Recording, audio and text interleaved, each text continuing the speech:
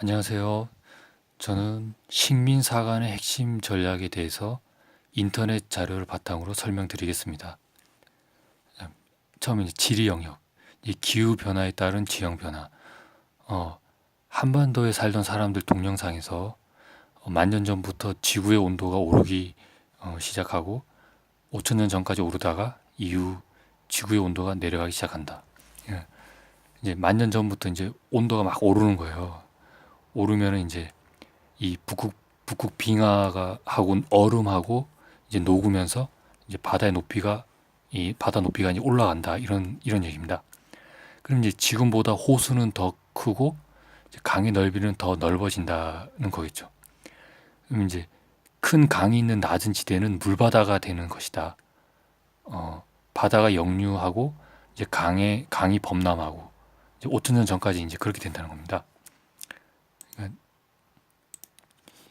이 여기에 이제 뭐 호수들이 더 커지고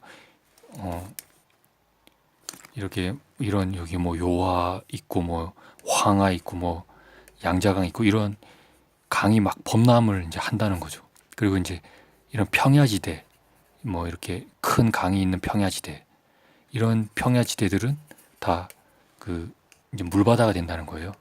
그리고 이제 바다가 역류도 하고 이제 강이 범람이 심해진다. 5천 년 전까지. 그러면 그리고 이제 5천 년 전 이후부터는 이제 온도가 내려가기 시작하는 거예요.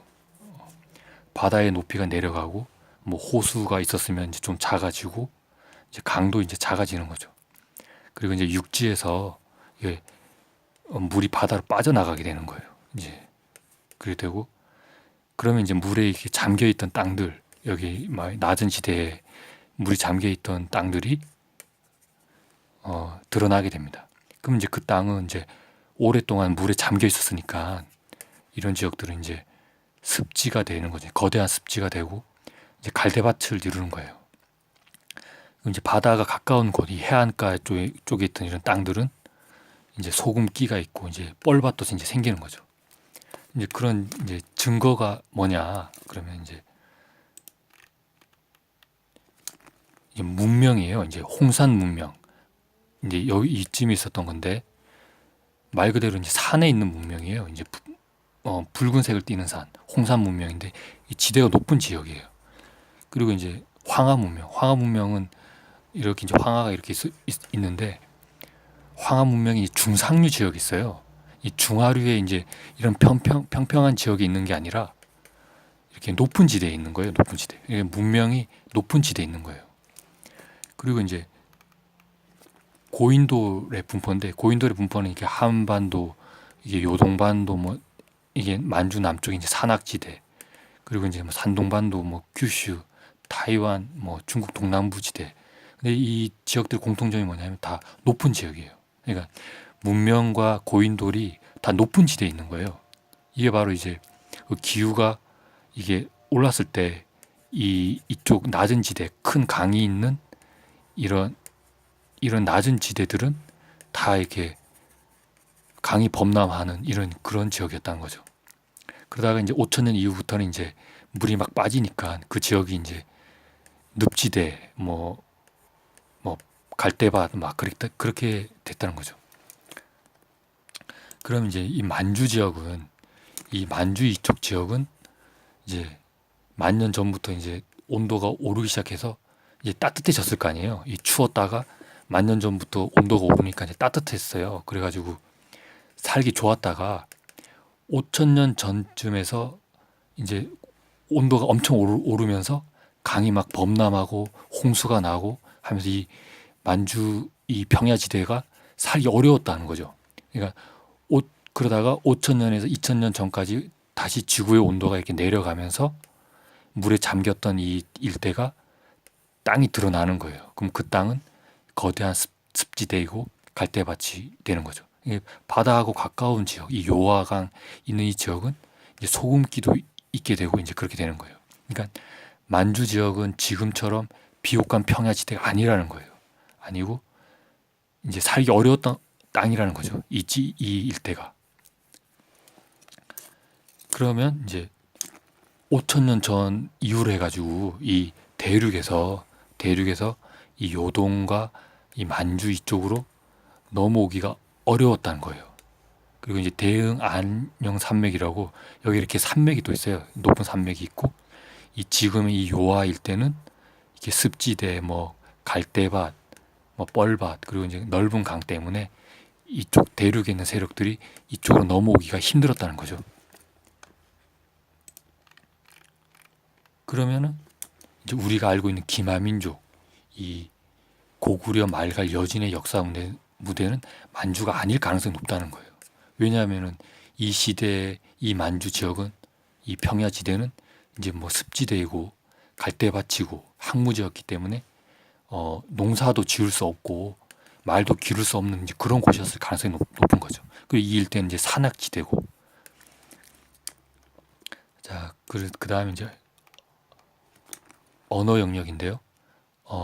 한반도에서 살던 사람들 동영상에서 고인돌은 인도 유럽계 언어를 사용하는 사람들이 만들었다고 그랬어요. 그럼 이 얘기는 고인돌 분포 지역은 인도 유럽계 언어의 세력 지역이라고 볼 수 있는 거예요. 이 한반도, 요동반도, 이 만주 이 산악지대, 일본 규슈, 뭐 산동반도, 그리고 뭐 중국 동남부 지방, 뭐 타이완, 다 이 바다 세력이 이제 중심지라는 얘기죠.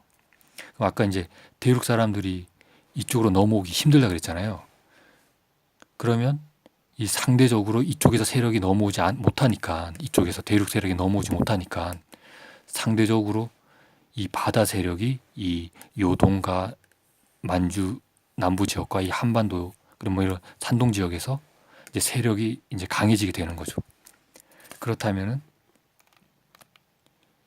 이 지금의 요하 지역과 이 바다인 발해, 이 발해 이쪽, 이 지역, 이 발해와 이 요하 지역 일대는 이 대륙 세력과 이 바다 세력의 경계선 역할을 하는 거예요. 이 얘기는 대륙 세력인 알타이계 언어의 세력과 이 바다 세력인 인도 유럽계 언어 세력의 이 경계선이 된다는 얘기죠. 이렇게 인도 유럽계, 이렇게 이제 알타이어계, 이런 식으로. 그렇다면은 초기 신라는 이제 고대 타미러와 관련이 많다고 제가 이전 동영상에서 반복적으로 설명을 했는데요. 뭐 박격거세는 고대 타미러로 박격거세, 거서관은 이제 고대 타미러 거서관, 이사금은 니사금, 석다라의 타레는 고대 타미러 뭐 타레, 이런 식으로. 그럼 이제 신라가 경상도에서 세워졌다면 이 초기 고구려와 초기 백제도 이 고대 타미러와 관련이 있어야 된다는 거죠. 이제 언어의 영역에서 보자면 특히 이 초기 백제는 많아야 된다는 거예요. 관련성이. 왜냐하면 고인돌은 이 서쪽 지방이 많거든요. 근데 이 백제는 고대 타미러와 관련이 없어요. 그렇다면 이 초기 고구려와 초기 백제는 인도 유럽계 언어 경계선 밖에 있었을 가능성이 높다는 거죠. 이 언어의 영역에서 볼 때면. 그러면 이 초기 신라는 언어의 경계 지역이 있었을 가능성이 높다. 즉 인도 유럽계 영역하고 알타이어계 영역, 이 경계 지역이 있었을 가능성이 높다. 이렇게 되는 거예요. 왜냐하면 초기 신라는 이제 고대 타미러하고 관련이 많고 또 고구려 백제하고 또 가까이 있었으니까 이 경계 지역, 알타이어계와 인도 유럽계 언어 경계 지역에 초기 신라가 있었을 가능성이 높아지는 거죠. 그 다음에는 이제 고구려의 흔적, 인터넷 자료들. 자, 고구려는 부여에서 나왔다 그러잖아요. 근데 이 부여는 여기 바이칼 호수가 여기 있는데 여기 있는 이제 뭐 부리아트와 관련이 많다. 뭐 이런 얘기했어요. 그리고 우리 한국인 유전자는 이 부리아트 사람들과 가깝다. 이런 얘기했습니다. 그리고 이제 내몽골, 이 내몽골 일대에서는 뭐 고려성, 고려하, 뭐 고려강, 뭐 이런 거죠. 이런 얘기들이 많아요. 즉 여기서 고려는 이제 고구려예요. 이 태조 왕건의 고려와는 이제 다른 거죠. 그리고 이 내몽골 지역에서는 이 영계소문과 당태종의 그 얘기를 노래한 구전 노래가 전해 내려오고 있어요. 이 지역에서는. 그리고 이 몽골 사람들은 우리나라 사람들을 솔롱고스라고 부르는데, 이 솔롱고스는 무지개란 뜻이 있다고 합니다. 그리고 이 바이카로스에는 이제 무지개가 많고, 그리고 이제 뭐 고구려의 색동옷을 보고 뭐 솔롱고스라 불렀다 이런 얘기도 있고, 또 이제 태조 왕건의 고려의 그 색동옷을 보고 뭐 솔롱고스로 불렀다 그런 얘기도 있습니다. 그리고 이 높은 지역에 사는 민족을 뜻한다는 얘기도 있어요. 솔롱고스가. 이 솔롱은 뭐 태양, 높다 이런 뜻이고, 고스는 민족에서 솔롱고스, 즉 높은 지역에 사는 민족들, 즉 고원지대에 사는 민족들 뭐 이런 뜻이 있다고 합니다. 중요한 거는 이제 몽골인들이 우리 민족을 이제 직접 보면서, 이 몽골 사람들이 우리 고구려 사람, 우리 민족을 보면서 이 부른 이름이라는 거죠. 그리고 이 몽골 초원, 여기 이제 몽골 초원이 있는데, 이 고구려는 기마 민족이고, 또 고구려랑 항상 같이 이제 나오는 게 말갈족 기병이거든요. 그러니까 이런 기마 민족 기병이라는 얘기는 이 몽골 초원과 가까이 있거나 뭐 그렇다는 얘기죠. 몽골 초원이 가까이 있어야 된다는 거죠. 그리고 고구려와 백제의 일식 관측 지점은 바로 고구려 일식 관측 지점, 뭐 백제 일식 관측 지점 이런 식으로 이쪽에 있다는 거죠. 내몽골하고 이쪽 지방에. 그렇다면은 아까 그 지리 영역, 뭐 만주는 살기 어려웠다. 이거하고 언어 영역. 고구려와 백제는 이 인도 유럽계 언어 영역 밖에 있었을 것이다. 그리고 이 고구려의 흔적들, 뭐 이런 뭐 부여, 부리아트, 뭐 내몽골, 고려성, 뭐 고려화, 뭐 내몽골에서 내려오는 구전 노래, 뭐 솔롱고스 이런 거를 봤을 때, 뭐 일식 관측 지점 이런 거를 봤을 때, 이 지리 영역과 인도 이 언어 영역 그리고 고구려 흔적들, 이 것들을 봤을 때 고구려의 중심 지역은 이쪽 만주가 아니라는 것을 얘기하는 거예요. 고구려의 중심 지역이 만주가 아니라는 것, 이쪽이라는 것. 이 내용들이 이제 그렇게 얘기하는 거죠. 그러면 이 우리가 알고 있는 기마민족, 이 고구려 말갈의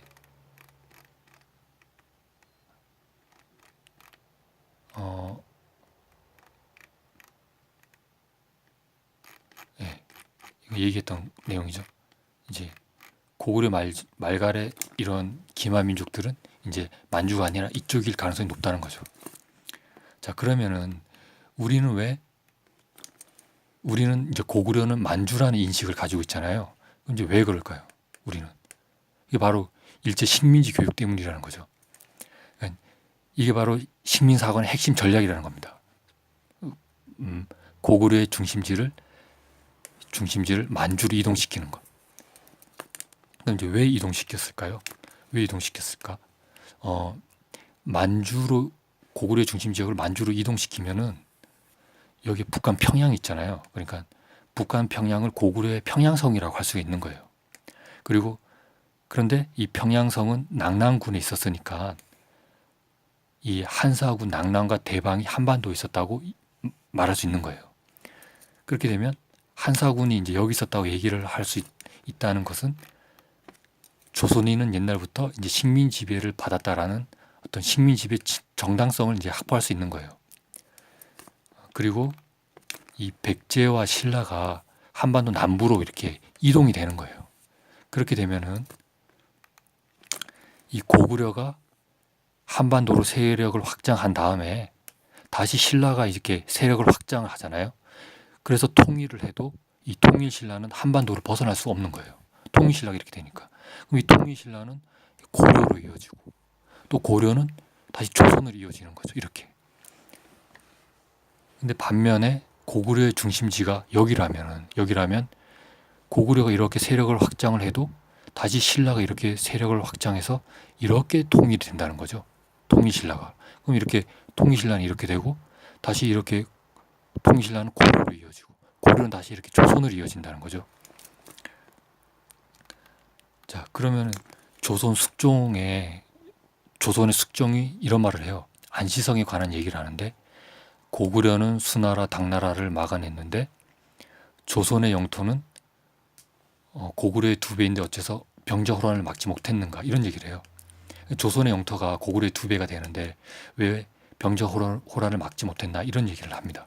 아마 여기서의 이 조선의 영토는 숙종이 말한 조선의 영토는 이 영토일 가능성이 높다는 거죠. 이렇게. 그럼 이제 숙종이 이제 고구려의 두 배라고 했는데 이것은 숙종은 고구려의 광활한 영토 인식보다는 기록에 근거해서 고구려의 두 배라고 했을 가능성이 높아요. 왜냐하면 고구려는 사방 이천리라는 기록이 많거든요. 사방 이천리. 그러면 이 조선의 영토는 만약 이렇게 통일을 했다 그러면 통일신라가 이렇게 되고 고려가 이렇게 되고 조선이 이렇게 됐다면 이게 조선은 가오리 모양이 되는 거예요. 이렇게. 이런 식으로 가오리 모양이 되는 거예요. 가오리 그리고 꼬리 이렇게 되는 거죠. 그러면 이제 조선의 영토는 사방 사천리가 되는 거예요. 이렇게 사천리, 뭐 이런 식으로 뭐 사천리 이렇게 보는 거죠. 그래서 아마 숙종은 이렇게 조선의 영토가 가오리 모양의 사방 사천리를 기준으로 해서 이 고구려의 사방 이천리의 두 배가 됐다. 이런 얘기를 했을 가능성이 높아요. 자, 그럼 결론. 식민사관의 핵심 전략은 고구려의 중심지를 만주로 이동시키는 것이다. 그렇게 되겠죠. 그러면 우리의 역사 인식에서 고구려의 중심지가 이 만주에서 벗어날 때 우리는 식민사관에서 벗어날 수 있다. 그죠? 그리고 동북 공정을 막을 수 있다. 왜냐하면 숙종의 말에 의하면 요서와 요동과 만주는 조선시대까지 우리 땅이었으니까. 더 나아가서 고구려의 내몽골, 그리고 요서, 요동, 만주 그리고 한반도는 우리 민족의 영역이다. 이렇게 얘기할 수 있는 거예요. 이렇게 내몽골 지역과 요서 지역, 요동, 만주, 한반도 이 영역은 우리 민족의 영역이다라고 얘기를 할 수가 있는 거죠. 감사합니다.